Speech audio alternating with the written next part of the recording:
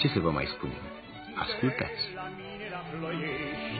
Nu e departe când iubesc și când mă mână dragostea, o iau pe jos cu inima și fie drumul cât de lung, cu gândul tot o să te ajung, că stelele mi-l-or purta în suflete la dumneata. Ce să vă mai spunem? Auziți!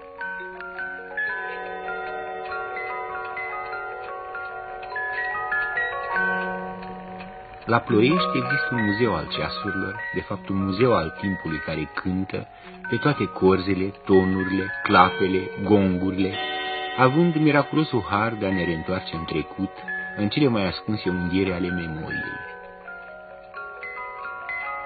În curând va bate gongul aspru al amintirii. Ce să vă mai spunem? Vedeți!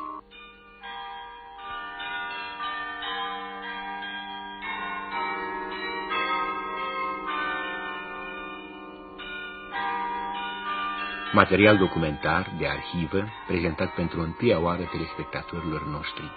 Ploieștiul distrus de bombe în anul 1944. Ploieștiul a rezistat totuși. A rezistat eroic și a salvat ce era de salvat. A renăscut.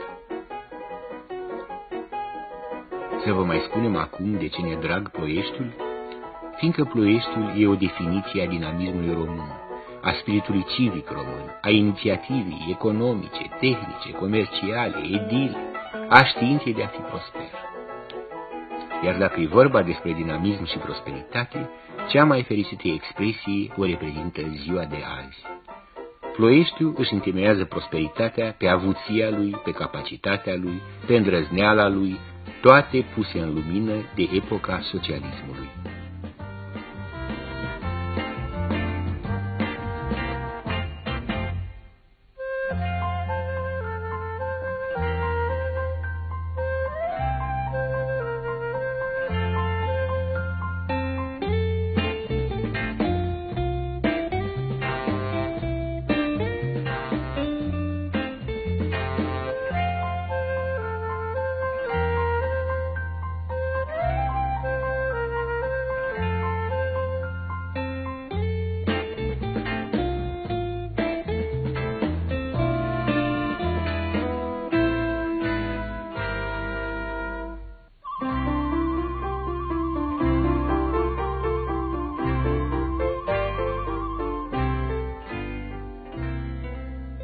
Desigur, prosperitatea are aici o istorie mai veche.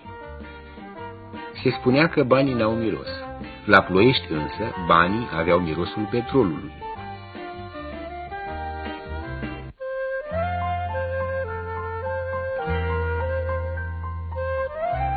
Poți și azi, ca și ieri, să-ți lași banii la berbec, fiindcă merită.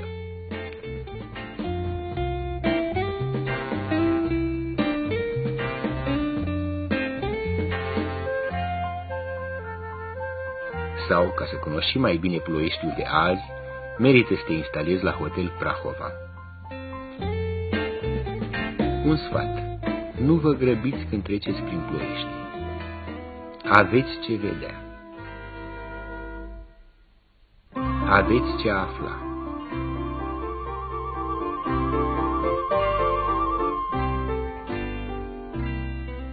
Aveți ce auzi.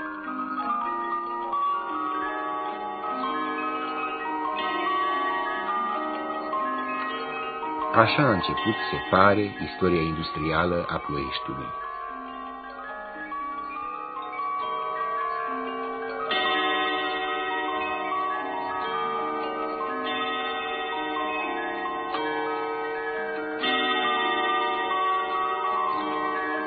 Dar într-o primăvară, în primăvara anului 1944, cei 80 de ani de muncă industrială și avuție ai acestui oraș prosper s-au năruit ca un castel de nisip.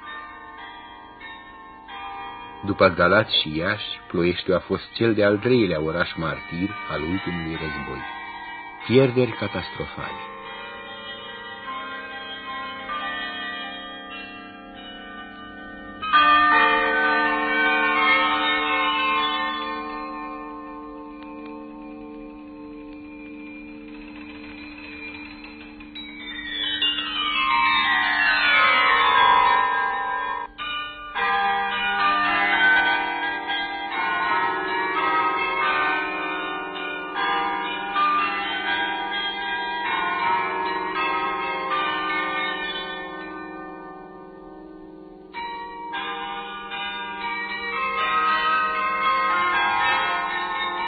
pentru vindecarea rănilor au fost mobilizate an de an energiile naționale.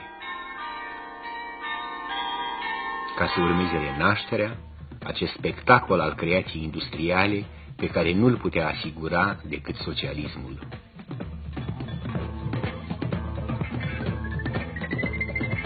Să ne întoarcem la izvorul prosperității, petrolul, în muzeul care i-a fost dedicat. În 1857 funcționa aici fabrica de gaz a lui Mehedințeanu, iar din același an, cu gazul obținut aici, Bucureștiul a devenit primul oraș din lume luminat cu petrol lampant. Iată o prioritate mondială pe care ne-a asigurat-o Ploieștiul. Tot aici, la Brazi, în 1934, a fost fondată prima rafinărie cu capital românesc. Și iată instalații. În sfârșit, Ploieștiul are ambiția de a fi în pas cu tehnica mondială, iar dacă se poate, de a fi chiar în fruntea ei.